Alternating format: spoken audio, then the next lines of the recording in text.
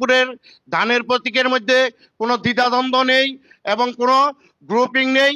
এই মার্কা জিয়াউর রহমানের মার্কা, এই মার্কা দেশনেত্রী বেগম খালেদা জিয়ার মার্কা, এই মার্কা তারেক রহমানের মার্কা। আমরা শুধু মঞ্জুরুল করিম রনির নই, এই মার্কাটা হচ্ছে আমাদের জাতীয় প্রতীক, আমাদের দলের নেতা ভারপ্রাপ্ত চেয়ারম্যান তারেক রহমানের মার্কা।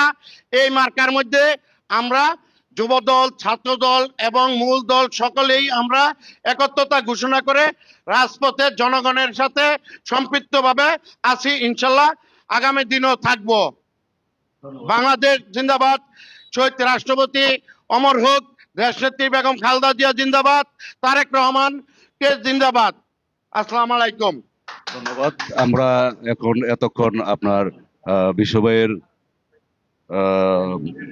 সাক্ষাৎকার নিলাম যে আসলে উনি ধানের শীষের প্রতি যে কথাগুলো বলেছেন আসলে পুরো দেশেই আমরা দেখেছি এবং বিভিন্ন জায়গায় আমরা যাই, তো আমরা দেখেছি যে ধানের শীষের প্রতি এবং বেগম জননেত্রী বেগম খালেদা জিয়ার প্রতি মানুষের যে ভালোবাসা, মমতা আছে এবং দোয়া আছে, সেই দোয়ার কারণেই আজকে ধানের শীষের প্রতি মানুষ আগ্রহ বেশি দেখাচ্ছে।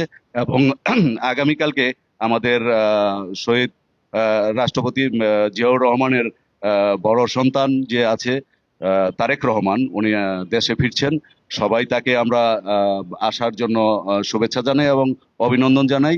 তো আজকে আমরা যে আরেকটা কথা সে গ্যাপ পড়ে গেছে, সেই কথাটা আমি এখন জানবো যে আচরণ বিধি সম্বন্ধে যেই এটা ছিল যে কোনো এই নির্বাচনের সম্বন্ধে কোনো আচরণ বিধি লঙ্ঘন হচ্ছে কিনা এই সম্বন্ধে একটু জানাবেন আমাদেরকে। গাজীপুর 2 আসনে আচরণ বিধি কোথাও কোনো জায়গায় লঙ্ঘন হচ্ছে না। আমরা নেতাকর্মীরা সচেতন, বাংলাদেশের নাগরিকরা সচেতন।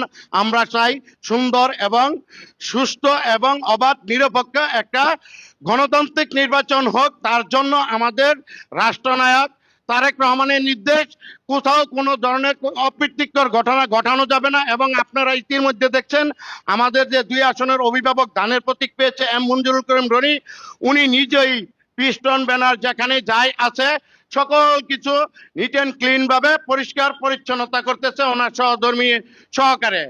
ইনশাল্লাহ আচরণবিধি স্বাভাবিক পর্যায়ে আছে, নির্বাচনের পর পর্যন্ত ইনশাল্লাহ স্বাভাবিক পর্যায়ে থাকবে গাজীপুর 2 আসনে আল্লাহর রহমতে। আচ্ছা, ধন্যবাদ আপনাকে আমাদের পক্ষ থেকে।